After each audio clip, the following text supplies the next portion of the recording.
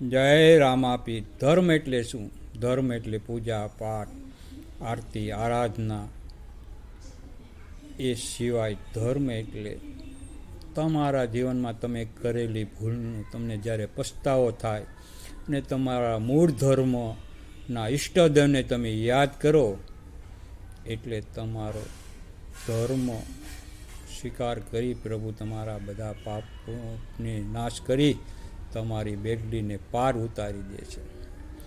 જેમ જેસલ જાડેજાએ પોતાનો પાપ પ્રકાશ્યો અને ભગવાને એમને તારી દીધા, એની નાવડી ડૂબવા ન દીધી, એમ આપણી આ સંસારરૂપી નાવડીને પણ મારો રામાધણી ક્યારે ડૂબવા નહીં દે.